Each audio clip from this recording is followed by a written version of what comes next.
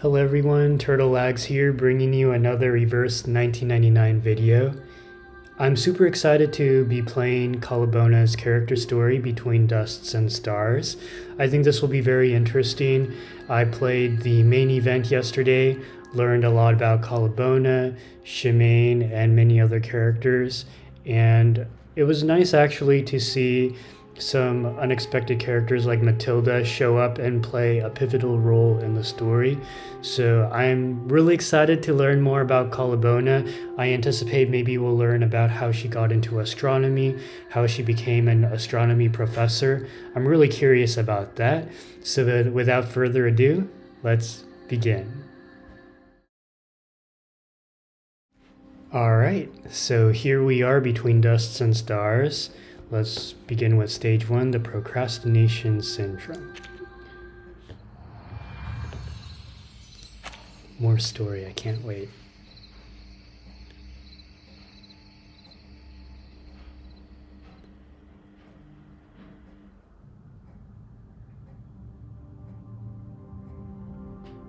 An icy wind blasts you in the face, and a mist fogs up your eyes.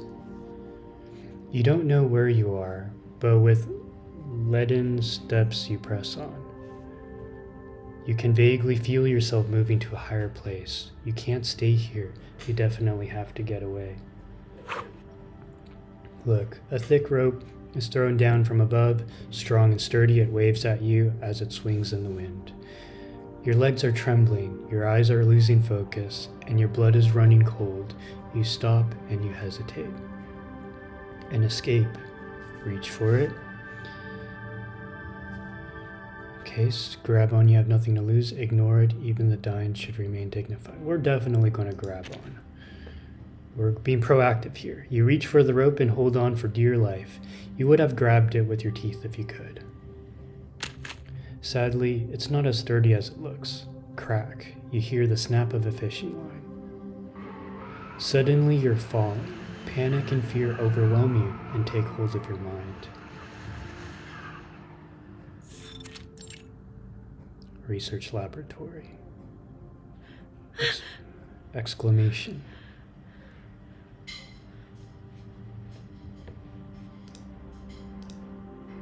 Late at night in the Research Institute, all is quiet as usual. The documents and proposals under your arms have been there for too long. They were probably the cause of the nightmare. 4:15? I slept almost 4 hours?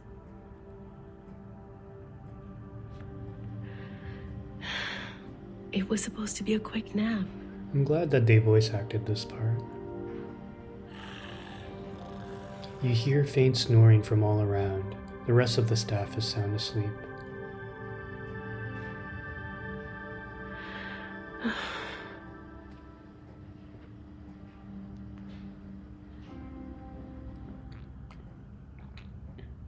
Okay, that wasn't voiced. Looks like everyone's exhausted. Phew, stay sharp. We might find something to eat in the research lab. We're gonna search for cereal bars, guys. Focus. Every action will cost Kaalaa Baunaa focus. You must reach the destination before she runs out of focus. Okay, will do. Points the way forward. Meet the requirements here to obtain an unexpected payoff, which we'll definitely do. There's still plenty of time. I've got to finish my work before I let the intrusive thoughts get to me. Okay, so follow the guide and reach the destination. You cannot pass through sealed areas. Trigger events to create or unlock sealed areas. Okay.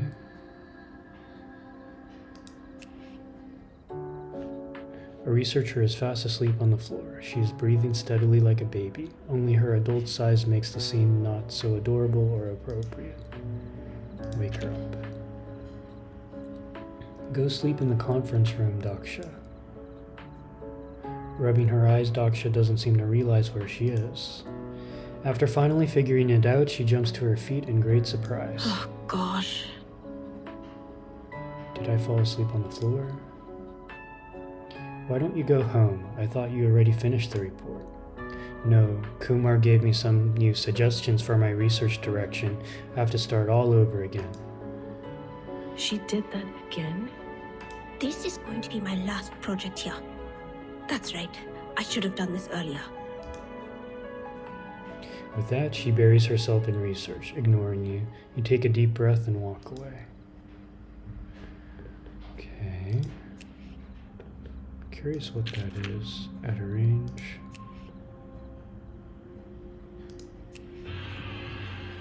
The roar is shaking the air. Let's grab that.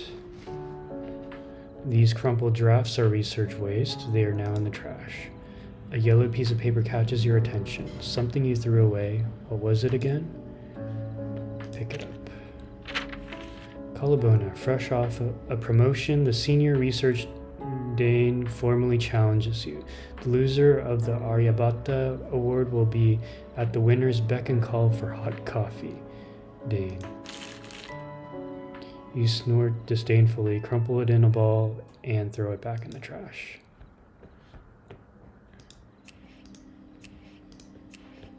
Okay, I'm curious what this is. Out of range. Okay. Silence and coldness climb on your back. Half a cereal bar lies on the table, dry and stale and half exposed. It doesn't look very appetizing. It's from the day before yesterday. Well, beggars can't be choosers. It tastes... Much better than I thought. Lucky. You examine the cereal bar and notice that something's a bit off. Ooh. Gaurav! Now the whole team has to pay for your screw-up. You can't even distinguish a single star from a binary star. What academy in its right mind would ever let you in? So sorry. And we're working in an institution, not a pet store. Remember to tie it to the door. Even the smallest mistake can result in a sleepless night for everyone. Miss Kaalaa Baunaa. You take the coffee with both hands. The overly enthusiastic puppy is still at your knees, oblivious to the unpleasant state of affairs. These telescopes are our eyes, using thousands of years of observational data to guide us as we peer into the depths of the universe. Well, we have never seen it with our own eyes, though. But I'm sure Again, please do not forget to conduct analysis on the changes in the spectral lines. They should be treated like your second pair of eyes. Yes, miss. Gaurav lowers his head and pulls a cereal bar out of his pocket, drawing the friendly puppy's attention. He absentmindedly feeds the puppy until researchers call him away. Wait a minute. You turn the cereal bar over and see jagged gnawing marks on it. Ooh. The shadows are hot on my heels. I should hurry up. Get to the exit before you lose all focus so you can finish your research on time. The shadow will be close behind Kaalaa Baunaa. You must dodge at all times.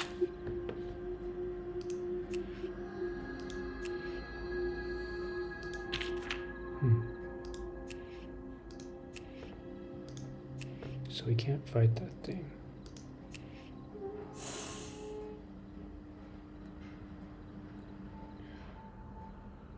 Now that you're fully awake, it's time to get back to work. Go straight back to your desk. No, I need another 5 minutes. No, I go straight back to my desk. You embark on your 10-meter journey, an arduous, terrifying expedition strewn with difficulties, accidents, and even dangers. As you walk across the moonlit ground, you can't help but look up. The next second, your mind is flying among the stars in the boundless sky. Stop. Stop. You are already outside the gates when you come to your senses. You are greeted by something that transcends work, the limitless universe. Oh, this is where Jessica is. How long has it been since I came here? The countless days and nights observing the stars within the confines of the Institute.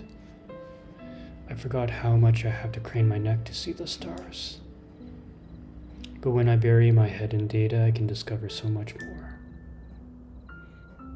I should come here more often. But there's always something pressing at hand. Such a rare opportunity. The urgent proposals are, I should be able to find all those stars again. Thud, you collapse and all your worries fade into the background. But simply ignoring and dodging problems won't help you get rid of that terrible monster. Inside the institution, the proposals you ignored are starting to grow. Forbid.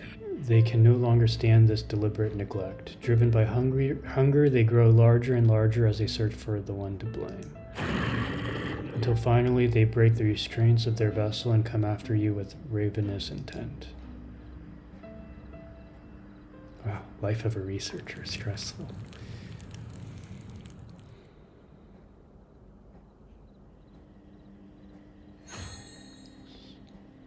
Success.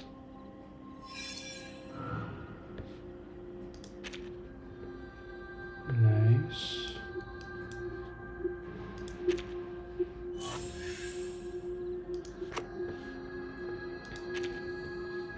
Okay, stage 2, Twinkling Stars.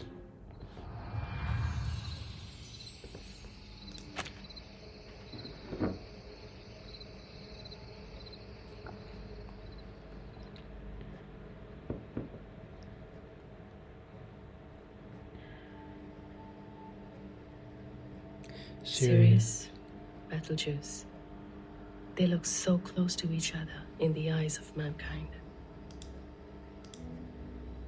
But they are actually over 600 light years apart. Okay, we're talking about the stars. Whether immersed in the boundless universe, an expansive plain, or a quiet bathroom, one cannot escape the contemplation of life. Under the cover of the starry night, the hungry beasts crawl to your side, entangling your legs. Hungry. Forbid. Project delay. What? Countless ravenous hands grab hold of you, trying to drag you back to that terrifying lair known as the Research Institute. Such is the fate of the procrastinator. Relaxing is important for... Deadline. You struggle to run away, but they just won't let you go. Darkness envelopes you, and you feel yourself being dragged back to work. You can neither stop nor turn around. The only thing you can do now is prevent yourself from being crushed further in this mental car crash.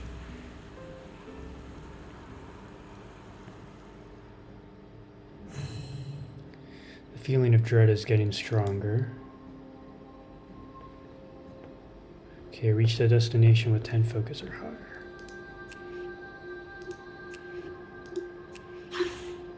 Ooh, these thoughts are starting to creep on me. I gotta focus. The shadow will stalk you when you enter this area. Triggering the event will create a sealed area to block the shadow. So we gotta reach the paper. Gotta do our report, guys.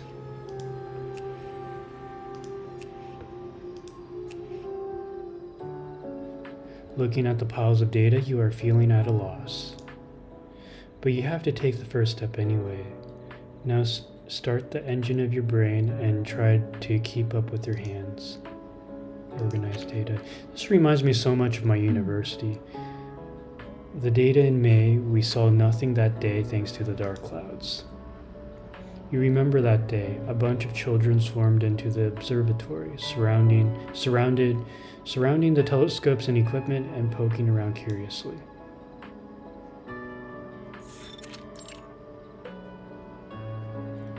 They were children of wealthy families. Some were children of professors, others were invited because of their parents' generous donations to Banner University.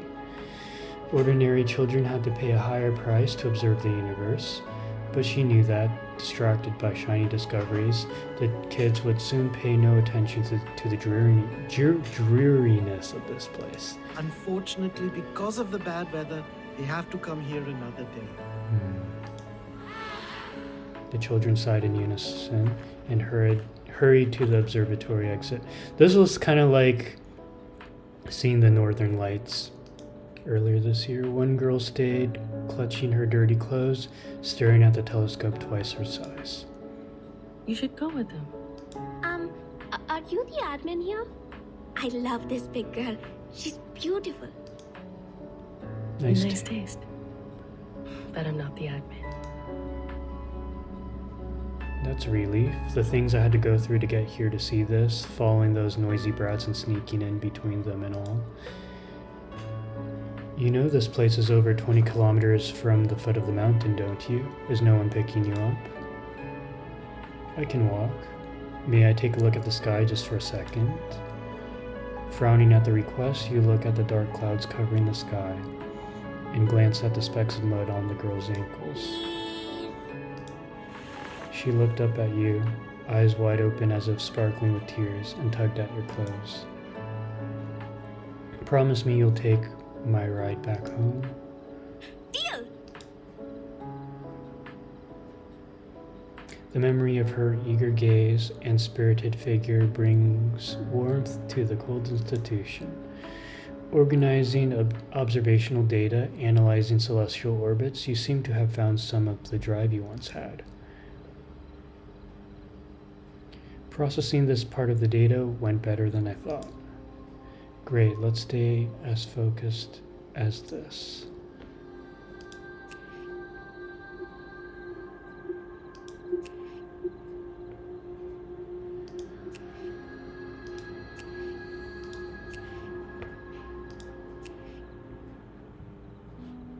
An unfinished orbit model is shown on the screen. You have to fill the data one by one and complete the calculation, a tedious task indeed. Fill in the data. 1 row, 2 rows, your arms are getting sore, but you're only just getting started. It's Kumar's requirement that you must enter the observation data yourself, even though the job is supposed to be done by interns. Her stubbornness has led many colleagues to resign.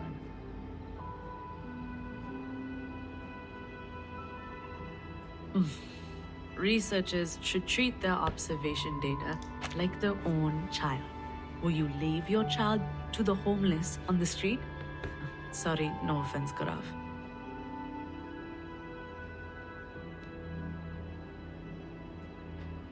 Kumar, I've already been away from home for 2 whole days just to fill in the observation data.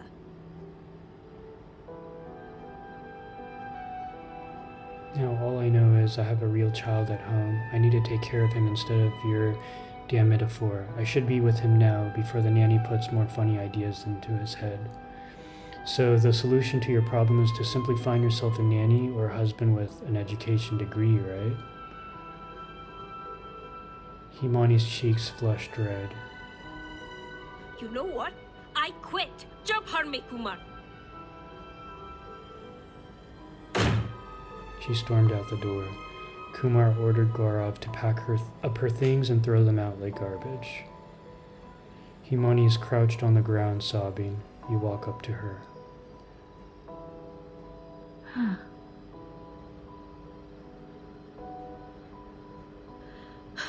I won't come back.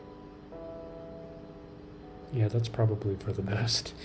With a hand on her forehead, she seemed to be suffering a severe headache. Kumar should know not everyone is like her, and you, willing to dedicate your whole life to the mysteries of the universe. I have my own life. Yet she trampled on my dignity. I will never forgive her. Sorry guys, that's my laundry. It's almost done. You never saw her again. Your mind has returned to reality. You look back at the screen, your fingers typing mechanically. Good. All the data has been filled in to the rhythm of your keystrokes. Now you just need to wait for the big guy to generate the complete model. Mission accomplished. Now I can finally give my fingers a break.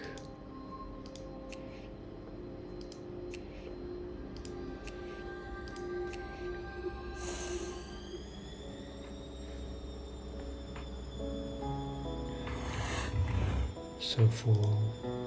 The monster finally quiets down, like a giant beast fallen into a deep slumber. You pack up the documents and turn off the computer. You know that this is far from over. A nightmare still looms ahead, and you've only cleared one of many hurdles to come. Sigh. Your colleagues are about to wake up, yet what you need is a dream and quietude. You get into the car and isolate yourself. Soon you pass out and sink into the depths of your consciousness. To be continued.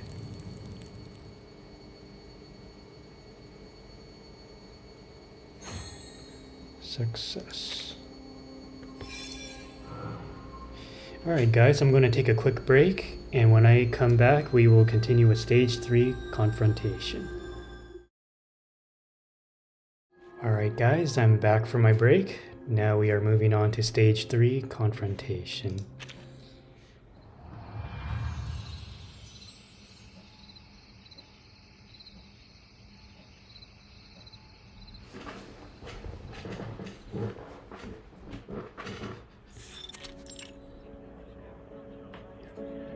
University. In a crowded building, you walk into a classroom and step onto the podium with a file in your hand.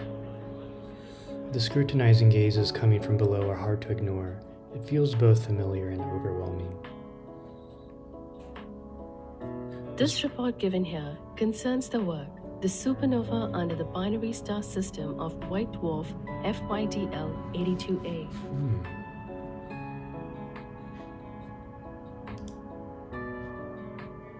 Your audience adjusts their posture and listens to your introduction. They have questions, but their professionalism tells them to wait until the end. Occasionally, they frown at some of your arcane terms, as if this were not a serious academic report. The rest of the time, they keep a stern face, as they see themselves as academic royalty. Thank you for listening. This concludes this report. Thank you for listening. The audience looks at each other, and the silence in the classroom is deafening.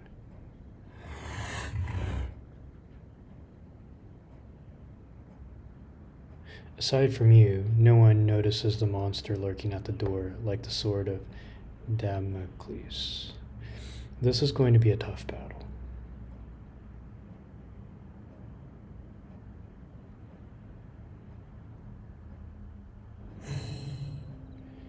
No thought comes from nowhere. That anxiety is as traceable as that data. I should find the pattern behind it. Okay, the momentary shadow will pause from time to time. Time your moves to pass through unharmed.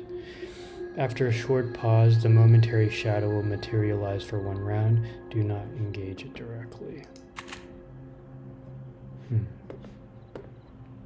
Reach the destination with 10 focus or higher. Where's the destination?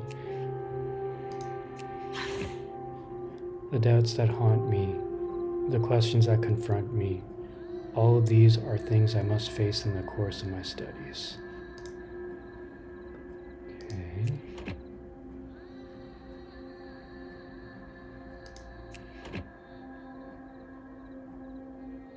Where should I go?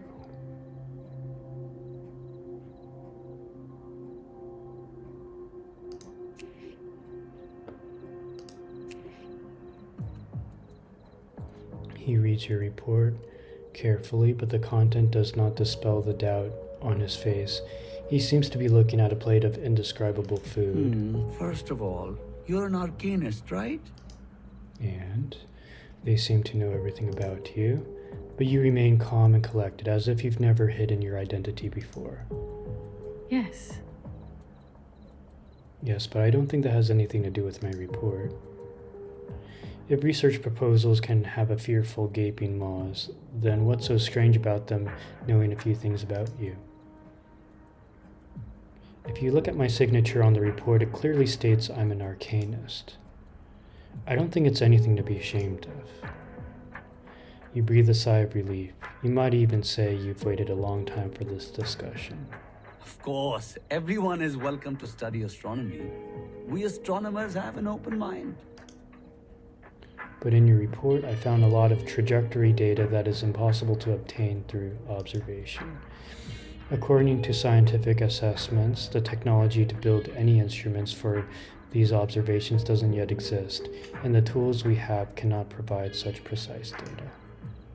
So either you fabricated the data, or you used so-called arcane skills to...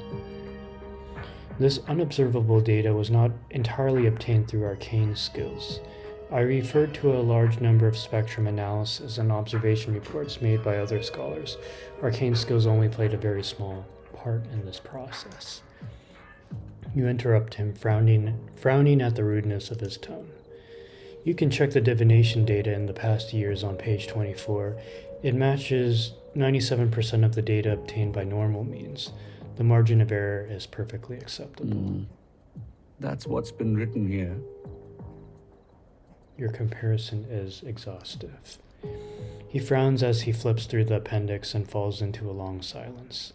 As if to ease the discomfort, he gestures for the next professor to ask questions. Take a deep breath. No doubts, don't hesitate. Just do it in order and make progress. Find the patterns so I can keep these shadows at bay. So, should I engage?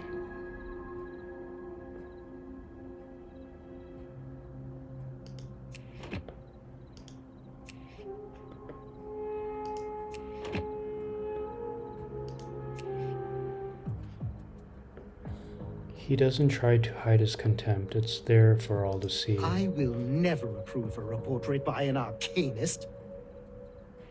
I'll say the ideas in your head are hardly worth listening to. Astrolabe, spice, and hourglass. It's not a game with my stupid little daughter. He stands up in anger and puts his hands on the table for support. If you do the research in a human way, I'll say nothing but welcome. However, you acquired all those data through absurd methods. You remain unfazed, long accustomed to this. My apologies. Sorry, but your objection has nothing to do with the contents of my research. You are just attacking me personally. It's true. I will not respond the way you want, but please allow me to give you a suggestion. Respect your daughter. Burned by the gazes around him, the man flushes and sits down in a panic. He is a hard nut to crack, but fortunately you still have other choices.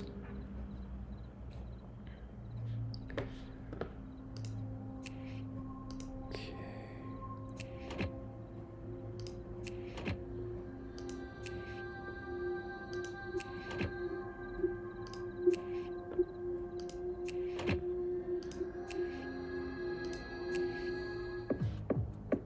One hand supporting his chin, the other tapping the table. This man seems to be evaluating your report seriously.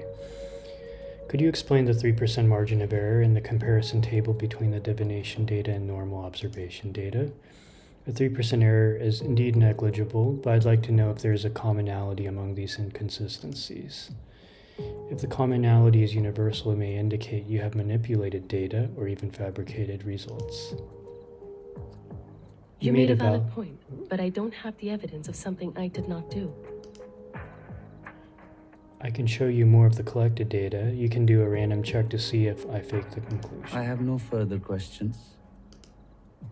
The truth will remain unaffected, whether you are an arcanist or not. Good. He nods, acknowledging your research. You can't help but heave a sigh of relief. Oh, exit.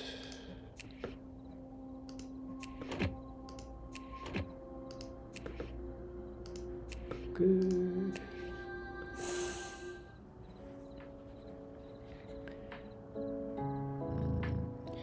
You look outside and see the monster reduced to the size of a cat, purring with satisfaction. Your speech was remarkably effective.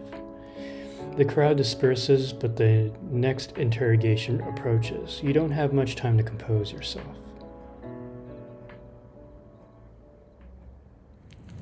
To be continued. This kind of reminds me a lot of Tooth Fairy's story arc because it's all about research. Alright, sweet. The art of defense. Let's just gather the rewards real quick. Okay.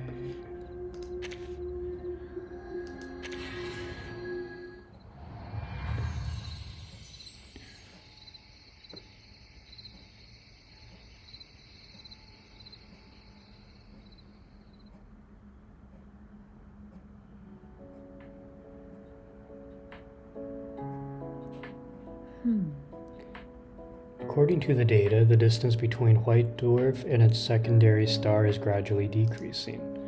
They are like two circling marbles falling into the same hole, except they will not collide or separate. The white dwarf will absorb matter from the secondary star, after which the two will merge, producing a nuclear fusion. In conclusion, a supernova that is closer to Earth than any other ones in history will take place. The professors in the conference room are left speechless and need a few moments to digest this shocking reveal. Our current data is not enough for simulating the supernova's influence on the Earth's orbit, but its radiation can be destructive to the living things on Earth. You put down the research report, unsettled by the silence in the conference room. Do they see the significance of your report, or are they speechless because they think it's ridiculous? Or are they just too shocked to say a single word?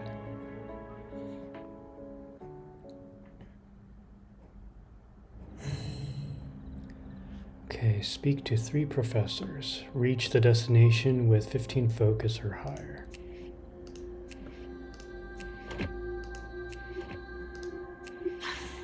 Oh gosh.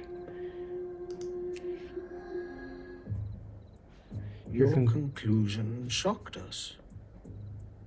But I suppose you anticipated this. Yes. Have you considered the possible panic it may cause among the public? If your conjecture is wrong, the institution will become the target of public opinion. This is not considered a research. This is not something a researcher needs to consider. Fear and doubt are always present in the search of truth. Fear and doubt are always present in the search of truth. The weatherman should not be condemned for predicting a storm. Doubt, fear, no research can truly be free of those things. I will take responsibility for the public opinions it may cause. It's a price I have to pay. He sighs but nods nonetheless.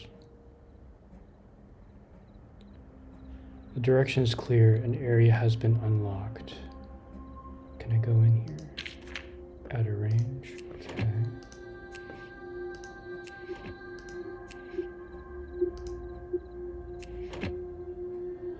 We have to go this way.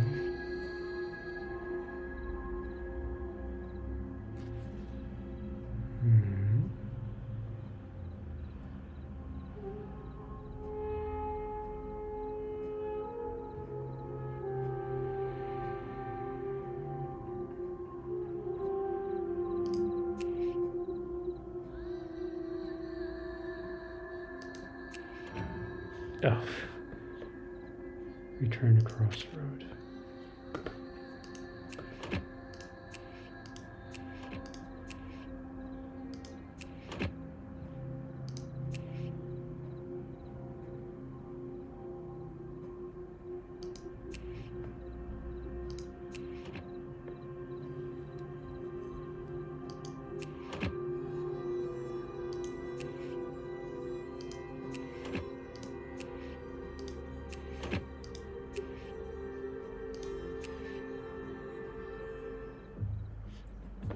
I have no objection to your conclusion. Your data is certainly rigorous. But I'm curious, if your prediction is correct, is there any way to protect us from this radiation? Or will you leave this problem to others? I'm only responsible for finding problems. There is only so much we can do.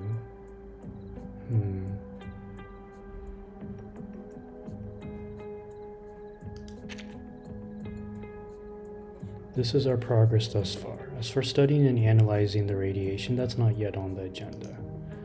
But if the report is approved, I think I can apply for more funding for further research. Good answer. Of course, this is a prediction, and we know there's a difference between prediction and reality. I can't be certain that it will go the way I expect. He breathes a sigh of relief, reassured by your answer. At least he knows you've thought this through. Okay, let's keep moving.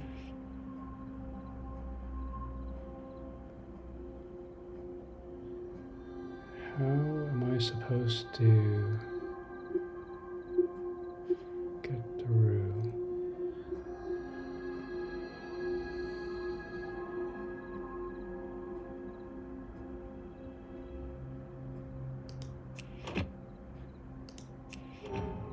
What?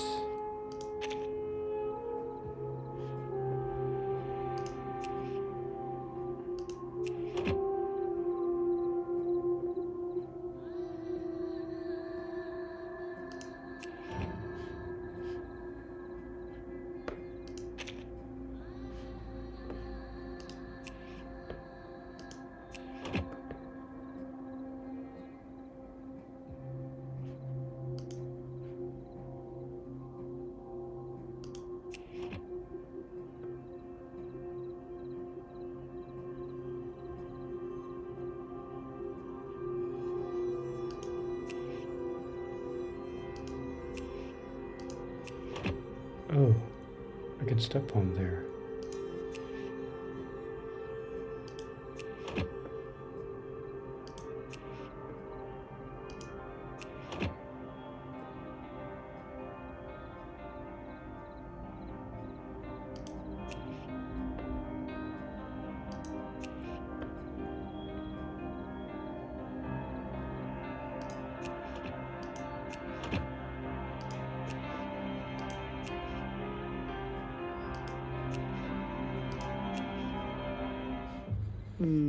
I'd say this report is a doom-mongering work.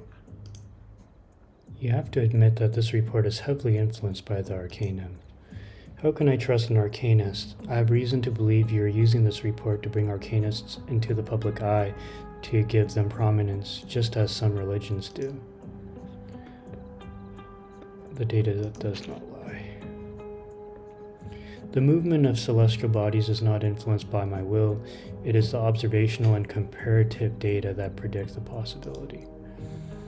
You may think that the Arcanists are full of lies, but the data will always tell you the truth. A smart answer. But time will tell if you're a sly Arcanist.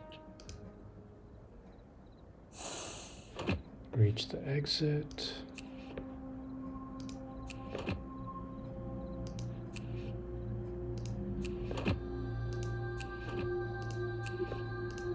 Move.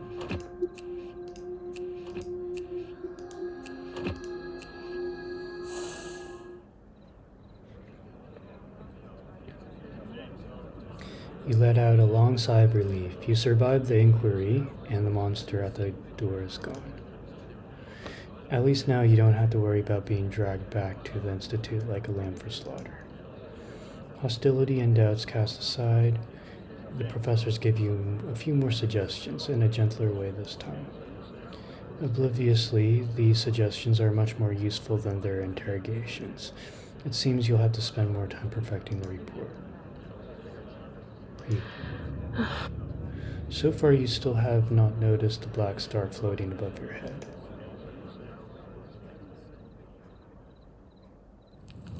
To be continued.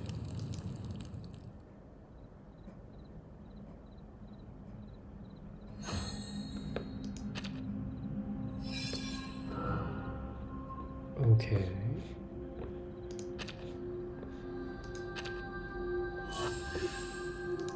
Let's keep moving. Okay, either this or that, stage 5.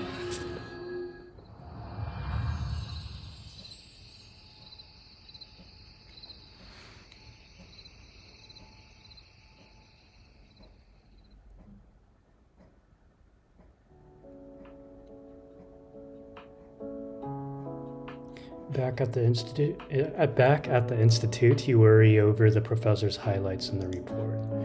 There are still data gaps in the orbital trajectory of the secondary star, but you know this won't be an issue. It's just that examining the observational data will take a lot of energy and time, and arcane skills will get you the previous data more easily, provided you can accept the negligible error.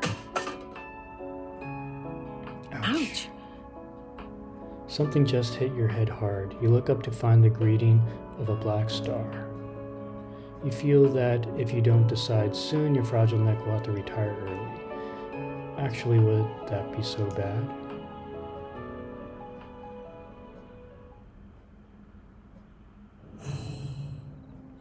Whether I follow the guiding light of my conscious mind or seek the fleeting light of inspiration, the choice is mine to make.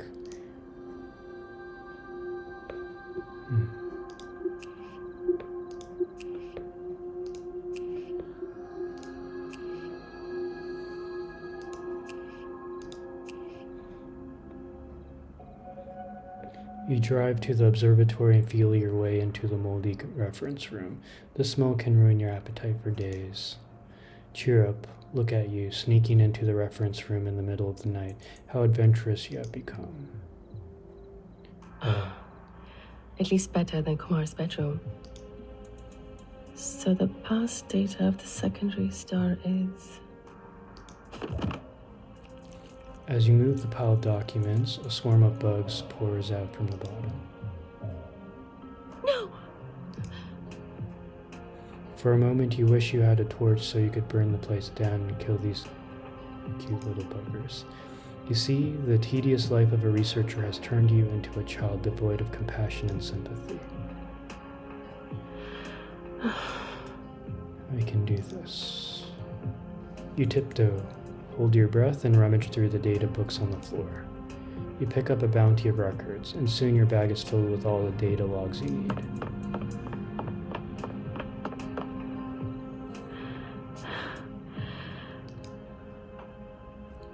After escaping the insect's nest, sweet air fills your lungs.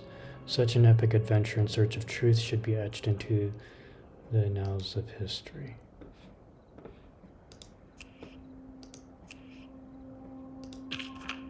Out of range.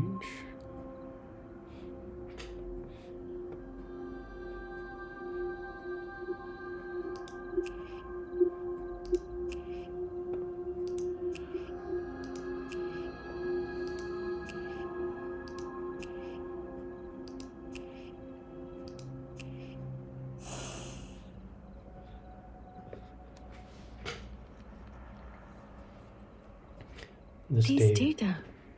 The movement of the secondary star was even more extreme than it is now. As you read the data, sweat begins to run down your cheeks. It was even closer to the white dwarf in the past. Until it reaches an extremum and deflects away? My prediction is wrong? You know what this can mean, the endless toil of starting over again, not unlike a Sisyphean punishment. No. Something must be wrong with these data. Either the observer or my mistake. You eagerly want to prove the data is wrong, but the copy of data for comparison is stored in the Banner University library. Unfortunately, it's already late at night and the library is closed. You're itching to act. It will be a sleepless night if you don't get an answer. Why hesitate? Library. Ha. You sneak into the library, which is quiet as a graveyard. You find the data and quickly flip through the pages, noticing that there are blank spots at where important data should be. These are remnants of an eraser. The owner of this data book has meticulously recorded the deduction of process of the data set, only to later delete this part of the data completely. This missing data could either completely overturn my research or finally prove my findings. Unbelievable. He must have known that I would find this place. I'm sure he knew how important this data was. What compelled him to do all this? In arrogance, all is beneath you. In humility, nothing eludes you. You see a familiar maxim taped to the bookshelf. You lower your head and see the corner of a book by your feet. The answer you've been looking for. You open the data book and soon see the familiar signature of the observer. Ironically, it reads Kumar, but yet she has always been the one who supported your predictions the most. The star hanging above your head wobbles and sways. Continued.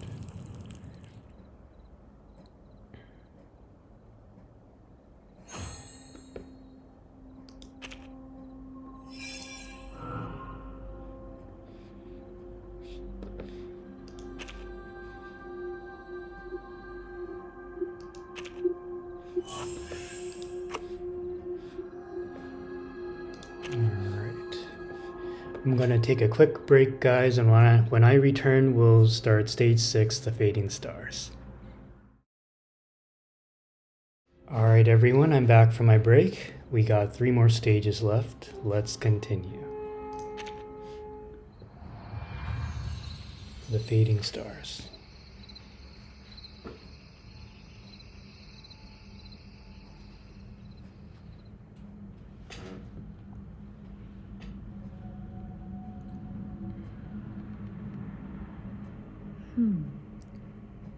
According to Kumar's past observational data, the secondary star's trajectory changes periodically. It approaches the white dwarf until a minimum distance, and then the entire orbital trajectory begins to change. Which means? Then the supernova explosion I inferred would be nothing more than an absurd conjecture. All my previous research would become a pile of waste paper. Kumar, what were you thinking? If my conjecture is wrong, there was no point in hiding it. Allowing me to go further and further down the wrong path, all that wasted time and money, what was in it for her? It seems I'll have to observe it myself. To prove your mistake, just observe the secondary star on its nodal day and you'll have the answer. And the nodal day is? Tomorrow? Tomorrow. How fortunate. Who else could personally experience both the confirmation and collapse of their work in just a few days? There's no time to waste. The most pressing matter now is to choose a telescope for observation, which is your specialty. The optical telescope, although hampered by haze, is still the most widely used tool for everyday observations. Simple and affordable, I remember Gaurav sending one to his grandmother in Malinom. The X-ray telescope can only detect X-rays emitted after the white dwarf's eruption, but it's still far from time. In radio telescope, it can observe the radio waves emitted by distant stars, unaffected by weather and atmosphere. The celestial body hanging overhead gradually expands, like a canvas of darkness. Looks like its patience is running out. You look at the thick clouds, deep in thought.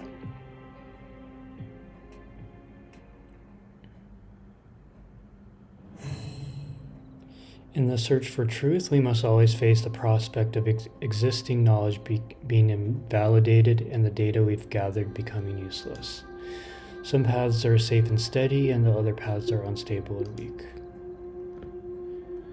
Some areas may have unstable ground that crumbles when you walk on it. Plan your steps carefully. Okay.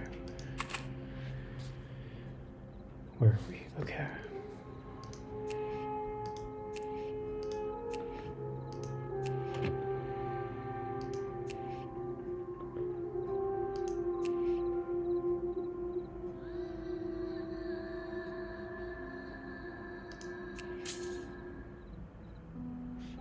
The X-ray telescope. Kumar often used this as a touchstone for spotting the gifted.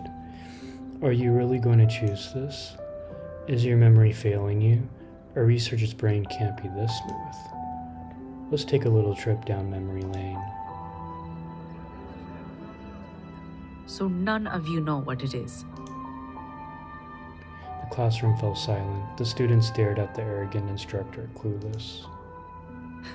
It's ridiculous that the emission would let you students with no common sense get into my classroom. It seems I'm expected to stuff the wonder of the celestial bodies into your empty heads. An X-ray telescope. You raised your hand, giving the answer. She looked at you with interest. This telescope can receive X-rays emitted by celestial bodies for analysis and observation. It's launched into space and has an extremely long observation distance, but it doesn't perform well when observing celestial bodies that emit weak rays, such as a stable white dwarf.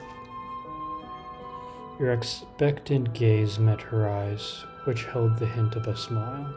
Not bad. Not bad, at least you're not as empty-headed. Please come see me after the class. Since then, the other students have secretly called you and Kumar the Siamese twins. You didn't bother to deny it because the two of you became almost inseparable. The more time you spent with her, the more you became like her in temperament. Like a sponge, you began to absorb her wisdom and insight. Yet today you come here, like one of those ignorant students. Is your life a living comedy?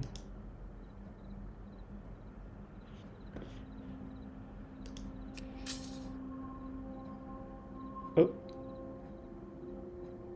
I thought he would move. Okay.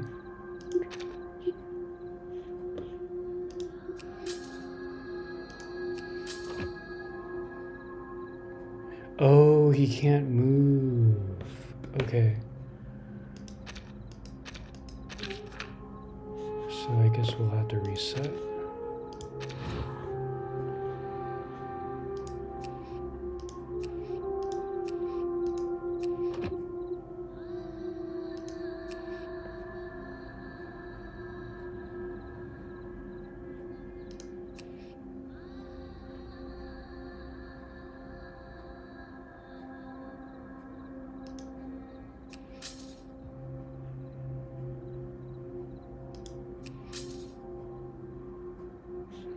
I don't know how am I supposed to beat this. So I guess...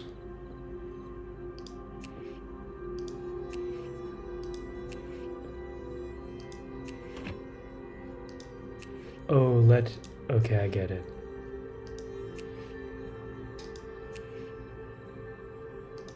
And now... Okay, we'll skip this since we've already read it.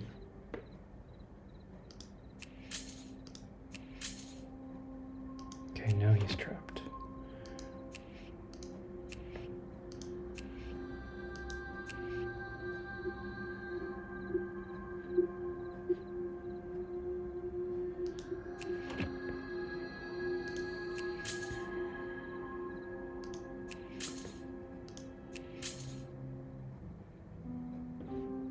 You haven't been back here for years. When the Kumar first brought you here, she saw you as her sole successor. Radio telescopes can receive information from even more distant celestial bodies through radiation. Unlike an optical telescope, it won't give you just a rough picture of the universe. The receiver processes the radiation signals and converts them into their final form for recording and display. Which means? Which means it works no matter what the weather or atmosphere is like. Yes, but it is not an extension of the human eye. It presents the star to us from a different angle in precise data. The accurate and precise data to us means the same as the stunning night sky to them. Okay. This is our first lesson, child. The moment you enter the Research Institute, the glistening stars in your eyes will cease to twinkle. The vast universe will become tedious. When you look up at the night sky, you will find the primal thrill slowly leave you. And that is the price of reaching for its secrets. She taught you everything she knew and treated you as her own child. Until finally you realized she was just nurturing another version of herself. The switch. You turn on the radio telescope and hold your breath, getting ready for the final reveal. Is this a cruel joke of Kumar's or a ridiculous blunder? Oh, okay. I want to investigate all the telescopes, so let's reset that.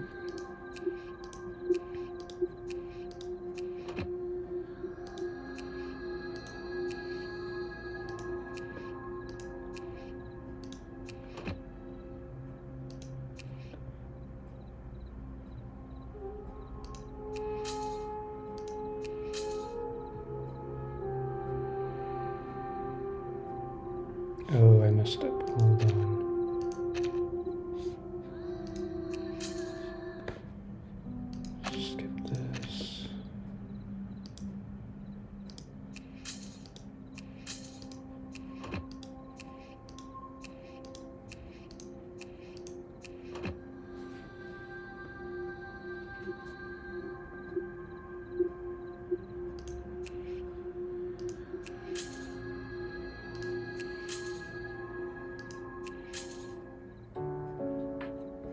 You head straight for the optical telescope at the observatory. That's where you met Kumar for the first time. You will never forget that day. Why? Why did she conceal the observed data? She must have known my conjecture was probably wrong from the start. You touch the time-worn telescope, wondering if it can tell you the answer.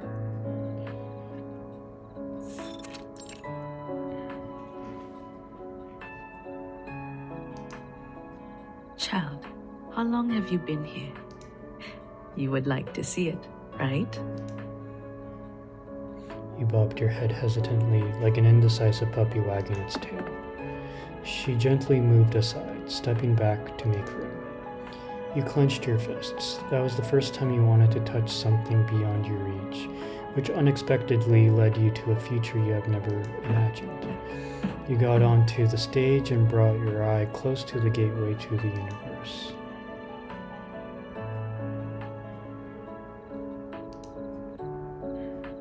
You understand this place won't help you with the problem. This is just a visit for you to reminisce.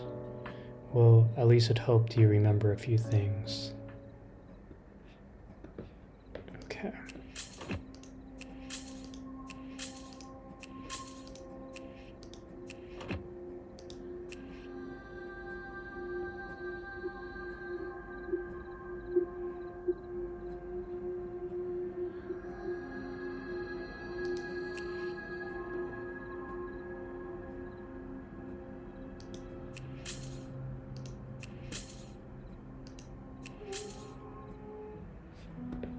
Okay, we watched that already.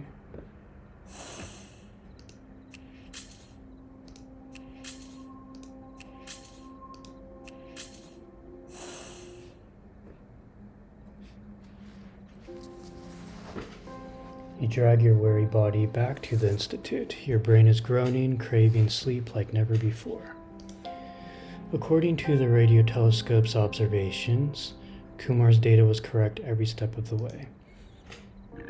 The observation results are a death sentence, condemning you as a failure, your research nothing more than an absurd mistake. And Kumar had known this all along, but remained silent. After all, it was your research. Electricity arcs inside the light bulb, and the room pulsates between light and darkness. It's an old problem with the wiring. Tolerating its inconvenience has long been the consensus.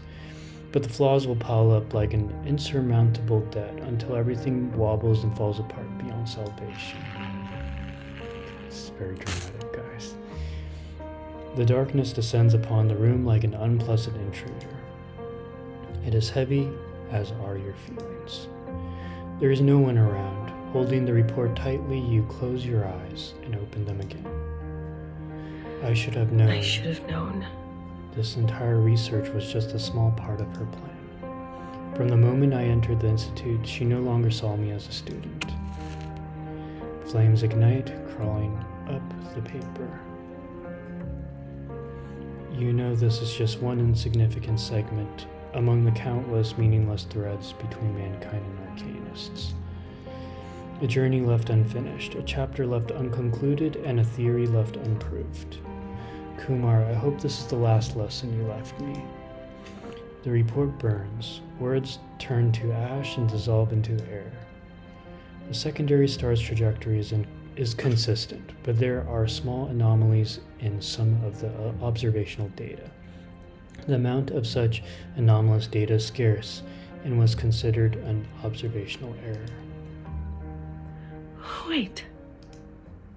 In that case, you try to put out the fire, but what's left of the report turns to dust in the palm of your hand.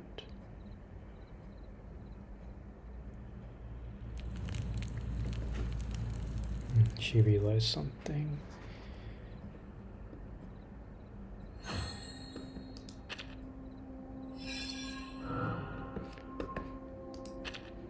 Okay, 2 more chapters. Celestial bodies and mythologies.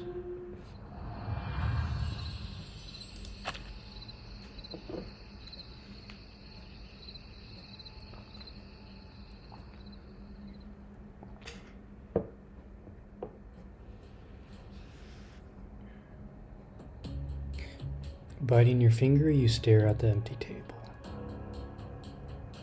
Not all is lost, though. There are still copies of the report archived at the Institute. If that was an How come Kumar got the same abnormal data too? If that was an observational error, why are there the same anomalies? I hadn't noticed this before. The dataset Kumar obtained through arcane skills also have an eerily similar 3% error. A 3% error. At the inquiry, Kapoor and Dutt also expressed doubts about it. No way. Is this a coincidence? No, it can't be. Unless Kumar and I fell into the same trap and made the same mistake. You feel a tremor, as if electricity is running through you. Is it possible that the changes of the orbit follow a certain pattern?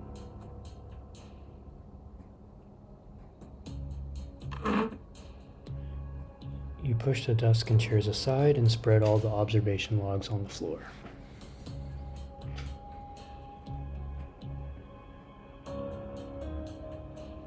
You can't figure out what common factor is influencing your research and Kumar's. The truth is, many wrong false conclusions stem from a lack of respect for coincidences. No way. These errors happened at nearly the same time in every data set. You are determined to get to the bottom of this once and for all. There is work to be done.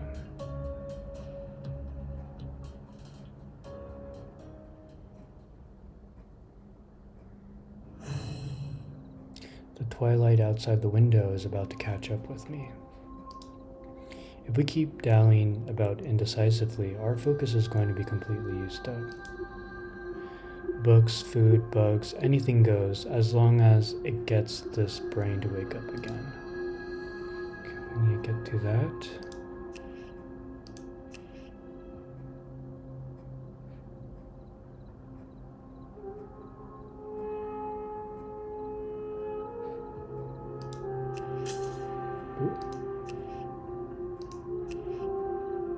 Oh, okay. I thought he was going to eat the book.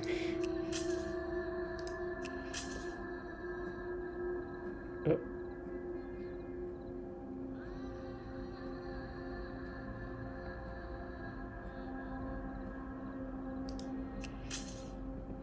Okay. I messed up. Hold on, guys.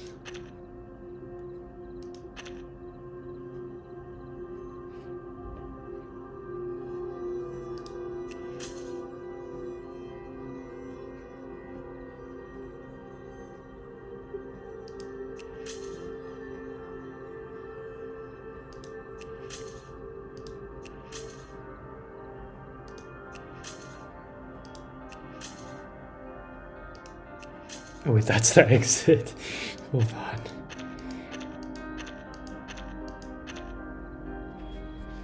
Okay, well now I know.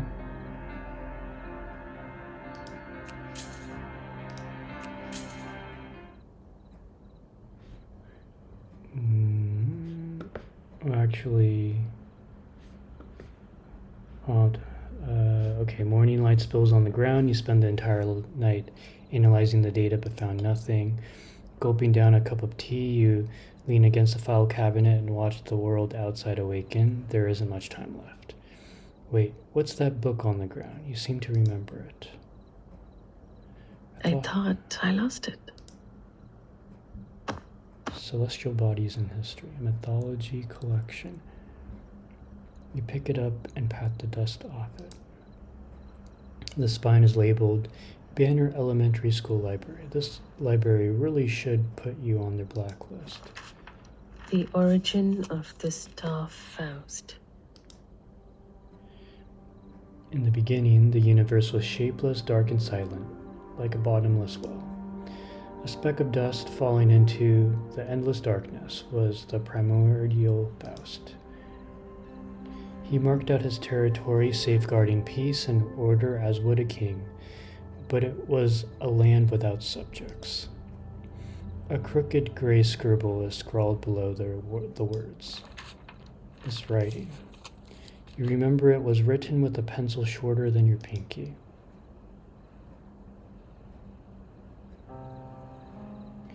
He marked out his territory, safeguarding peace and order as would a king, but it was a land without subjects. You held the book, while she propped her chin attentively. Wow, just like the teacher Sakash from our hut. She told us there was nothing in the hut at first, just some rotten planks. No one wanted to learn from her. They all said, instead of staring at numbers, they might as well go herd cows to earn some money for chapati. I'm sorry. That's a shame. She sounds like a good teacher. Don't worry, it was only temporary. Later, the cowherd's salmon stood quietly by the window and left a ruler behind. Soon after, Tassim from the car driver's family brought over a table and bench, each missing a leg. Over time, more and more people came. Teacher Sakash told us that there are more stars in the sky than grains of rice in a pot. I haven't counted the stars, but I sure have counted grains of rice. Teacher Sakash is absolutely right. She scratched her head. But then she said, the rice grains in the pot will one day outnumber the stars in the sky. That really confuses me. You can come with her next time. You'll be very welcome. She turned her face away dejectedly. It's too high and too far from here. Besides, I came to count the stars and I've already got my answer. Teacher Sakash is wrong. There are so many stars in the sky that grains of rice can never outnumber them. Teachers make mistakes too, that's what she told me. She took out a pencil and left a dot to mark the end of the story. I should get going. Let's stop here for today. Thank you. Wait, when will you come back again? I don't know. The hut is getting demolished, so we're looking for a new place. Once we find a new hut, I'll come back to find you. If I don't come back, she wrote something on the page, one stroke at a time. You can come find me here. Okay, I believe I took the wrong path, yet I never saw her again. You turn the page and find that part of the book gone. Something urges you on, like a faint sense of guilt. Leaning down, you hold back the urge to retch, looking for the missing page with the address. Okay, how am I supposed to get there? Okay, let's undo.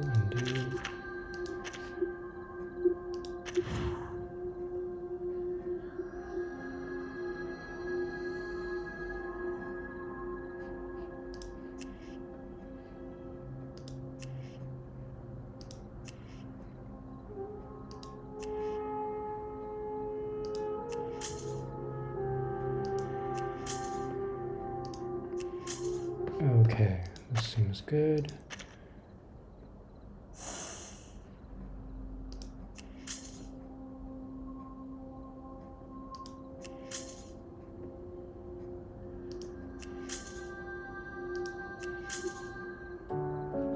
Okay.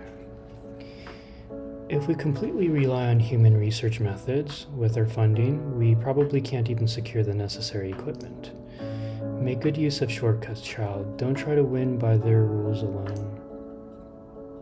But data obtained through arcane skills isn't entirely accurate. It will directly affect the research results. I'm telling you, cast aside your preferences. You can use human observational data to validate your research, while using arcane skills to always stay one step ahead of them. She sat back down, burying her head in the piles of documents. Why are you still here? I left a book here. Is it this one? I thought it belonged to that dim-witted intern. She threw the book at you, its pages rustling as it fell to the ground. Sorry, I tore out some pages to use as draft paper. You can buy another copy if you need it.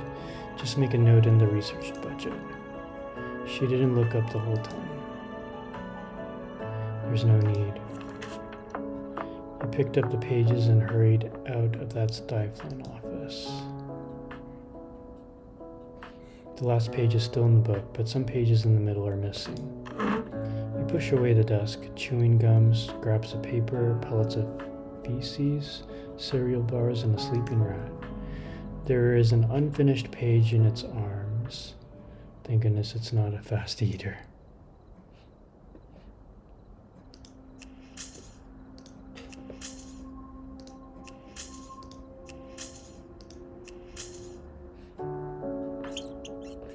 You snatch the page from the rat. It squeaks and scurries out of the office. Well, hopefully you don't feel guilty about that. This is probably the missing page. Flattening and unfolding it, you restore the crumpled page to its original form. But the address on it is nowhere to be found. What? What is going on? Remember. Yes, you remember that dim-witted intern. That's it for today. You can go now, Gaurav. Okay, Miss Kaalaa Baunaa. But I think I'll stay a little while longer. I need to double check this data on the spectral lines. See you tomorrow then. A hand stopped you. Sorry, is this your book, Miss Kaalaa Baunaa? Yes. My mother used to read me this story. I'm very sorry I flipped through it just now without permission. This page seems to have data copied down by Miss Kumar. That unpleasant feeling again. Get rid of it for me. You remember leaving without looking back. The truth comes out, it was you who erased the address and the data. But something else springs to mind. Wait, data on the spectral lines. A kernel of truth emerges. Gaurav was actually able to distinguish single stars from binary stars. Then, his data wasn't wrong. With this realization, you run back to the lab, take out the diagrams, and match them up one by one. Another answer emerges in your mind. Okay, an exit.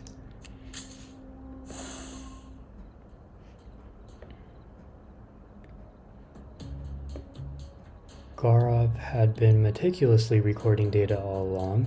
He never missed a thing. It was me and Kumar, using data obtained through arcane skills, who misled the whole team. The truth no longer eludes you, but it is too late. You flip the papers back and forth, your eyes darting from place to place. No, it's not that simple. With the data we got through arcane skills combined with Gaurav's analysis, there's a new possibility. Another star in the system which is yet to be found. What if this star only appears at the orbit's nodal points of change and is beyond detection at other times? You circle the nodal points, overturning your research step by step. In the face of discovering a new star, this labor seems inconsequential. An undiscovered star that intermittently attracts the secondary star. Whenever the binary star is on the verge of a supernova, it pulls the secondary star back into the proper orbit. This game is more interesting than you thought, Kumar. Leaving the mess in the institution behind, you go back to the observatory. The star above your head happily follows as an approval of your decision. Aside from avoiding the peaks of solar radio emissions, the radio telescope has no other limitations. Your heart is being squeezed as if you were holding it in your hand. So the conclusion is?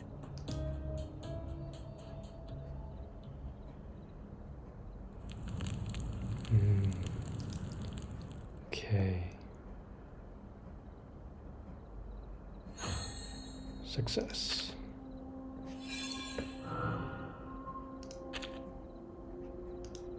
Very nice. Okay, we got one final stage. So I think in this final stage we're going to learn maybe about how Kaalaa Baunaa got her name Black Dwarf. So I'm just going to take a quick break, and when I return we'll see the final chapter. Alright guys, I'm back and we are about to see the final chapter, Stage 8, Dust and Stars.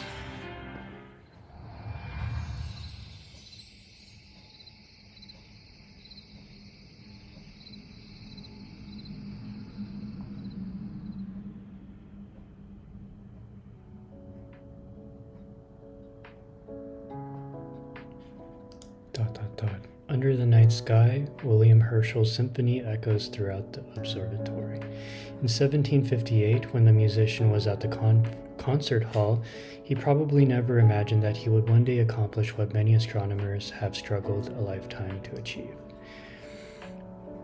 Discovering Uranus, the seventh planet in the solar system. It all started with a popular science book, which absurdly claimed that there were human-like creatures living on comets and the sun. Oh, I didn't know that. So he tried to look for these living things on the distant celestial bodies through a refracting telescope.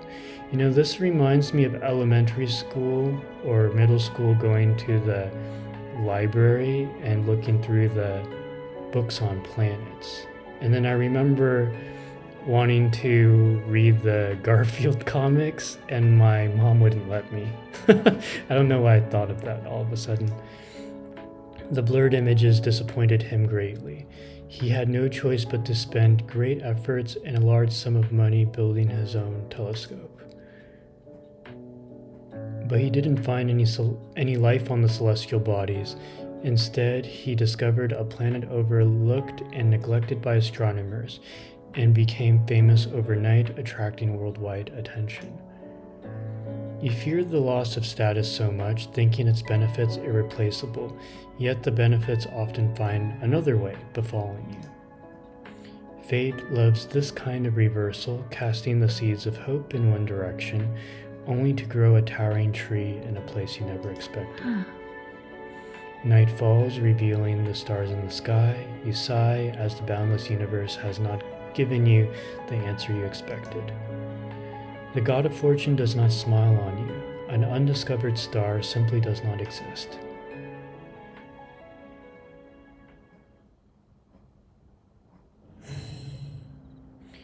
Hope that is barely born only to be extinguished. Truth that is certain yet doubtful. The traces of our going back and forth between these two extremes are evidence of our progress. Target overcome the obsession. Oh, this is the obsession right here.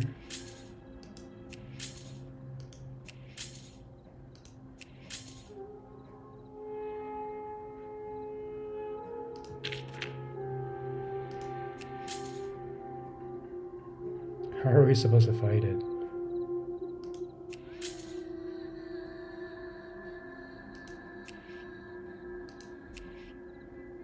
Oh.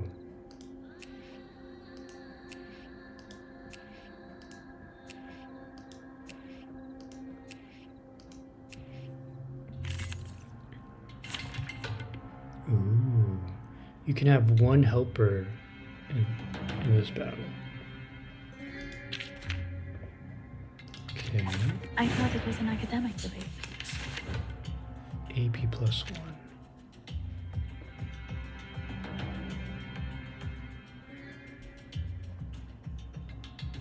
How should I do this? Your ending is fated. Ha!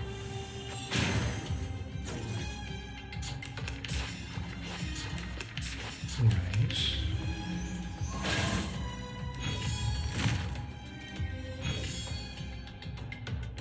Be faithful to the choice of fate.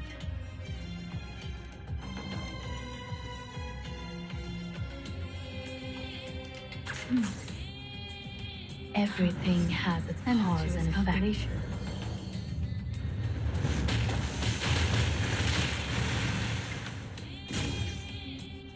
Try this. Ooh, she's a P5 Kaalaa Ground Baunaa. turns into rain.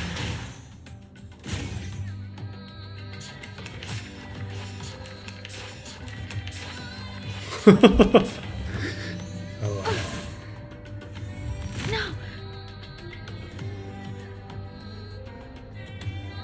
Be faithful to the choice of fate.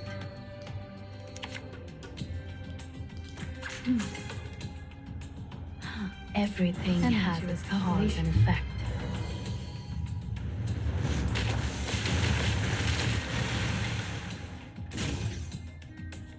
Yeah, Round she's a turns into P5 rain. Kaalaa Baunaa. I've seen your struggle written in the stars.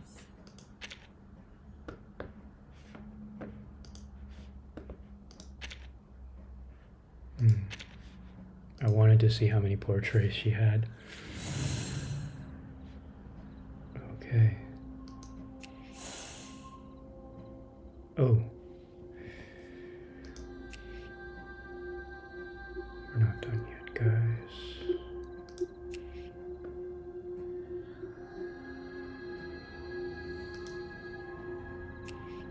Oh my god.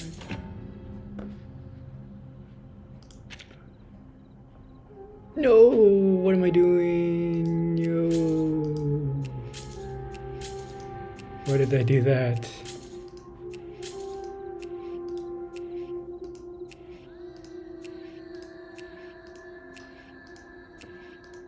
No, I don't want to fight this again. I thought it was an academic debate. Okay, I cannot hit the restart button. As expected. Hope I remember her.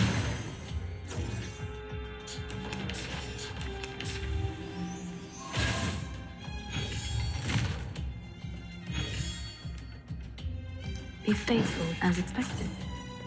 Everything has its cause and effect.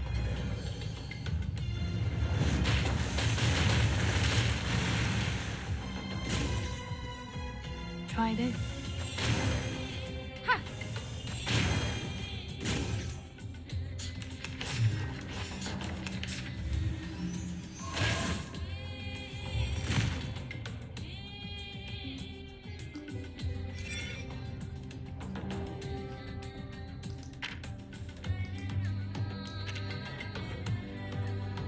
It doesn't tell me how many portraits she has. Your ending is fate. It's happening. Realm turns into reality. I've seen your struggle written in the stars.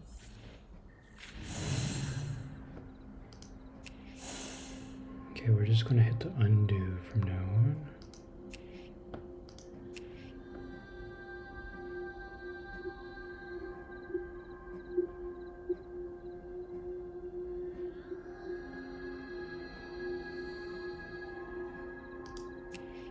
Oh.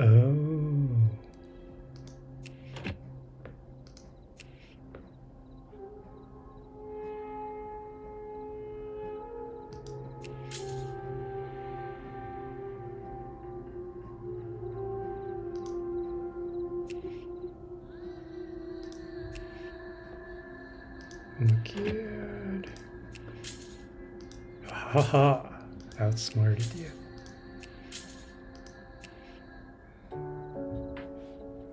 On the dark pall of the night sky, specks of light appear one after another.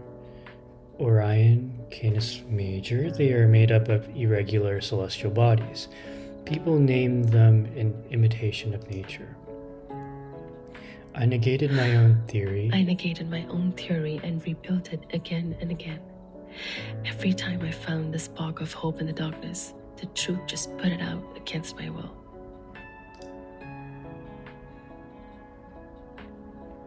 Oh, she's pretty here. You lean against the railing of the observatory. A vast, dense forest lies below. You stop observing and look up at the night sky you've missed for so long. How many people have been inspired by this celestial wonder and entered the realm of astronomy? Luminosity, distance, lifespan. They measure these beautiful celestial bodies by human standards, describe them in words and numbers, and assign them coordinates. If the arcanists of Mesopotamia saw what human astronomy is like now, they would go mad and try to tear it all down. They observed tens of thousands of stars, called these star clusters living beings, and eventually built a magnificent celestial system. They recorded all the astronomical phenomena and compiled them into records that guided mankind, only to be sentenced to death for their predictions and forecasts. Kumar stood in the front of the podium. That was the only time you saw her emotionally moved. 3 months ago, archaeologists discovered cuneiform tablets near the Tigris River. The Mesopotamian astronomers who were punished by death left these words on the tablets. We once measured the infinite with our insignificant bodies and recorded eternity in our fleeting existence. No need to remember, no need to pander. We perish, but truth remains eternal. No matter where you end up in the future, keep these words to heart. They are the very essence of our existence.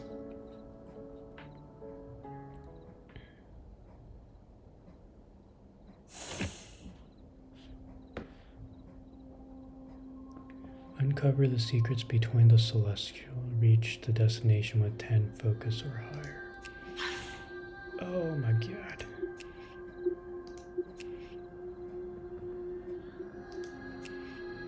Ooh.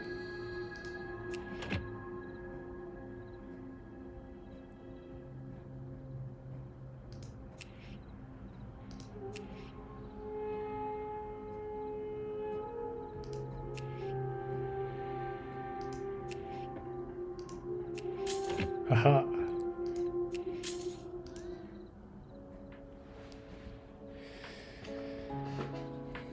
What is the price we must pay for a kernel of truth?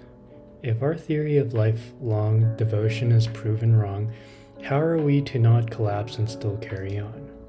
The pain is an inevitable cost that we must bear.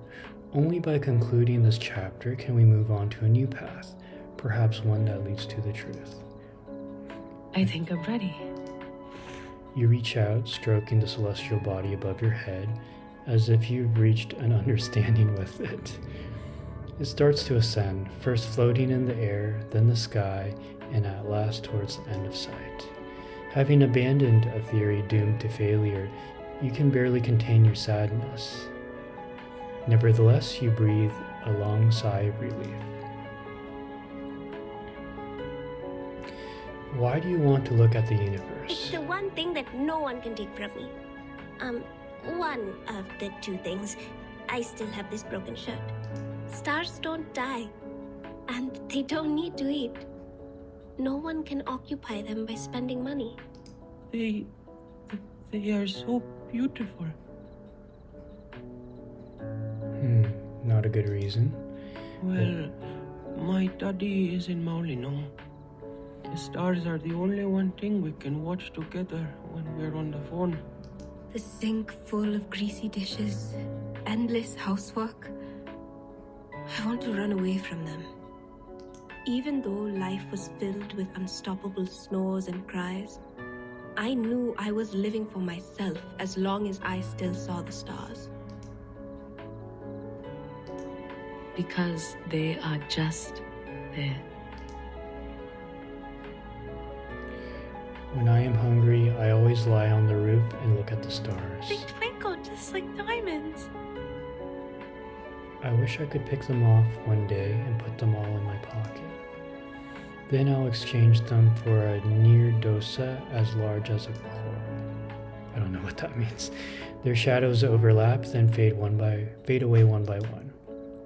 You reach out, framing an area with your index and thumb, the location of the white dwarf. I will remember you, little star. It senses your existence and starts to flicker. But something is not right. It gets brighter and brighter until it becomes the size of a pebble. A supernova. You stare in disbelief. The blinding light engulfs everything in sight.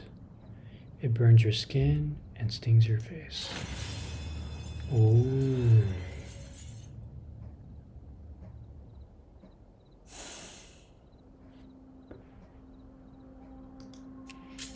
Okay.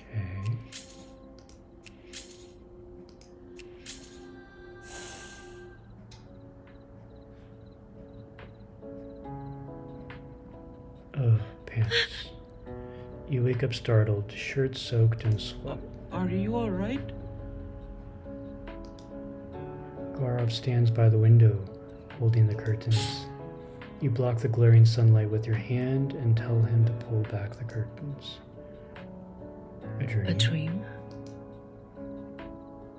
You support your head, still feeling dizzy.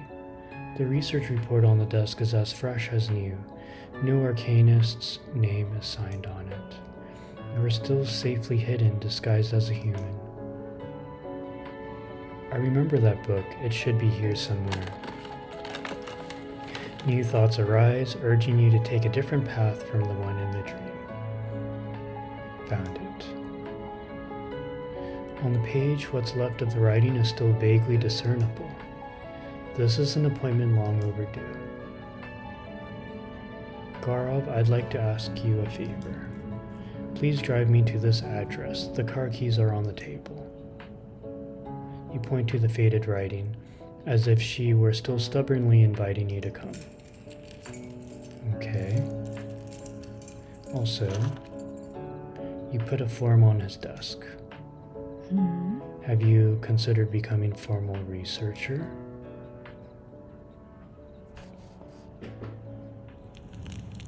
The end.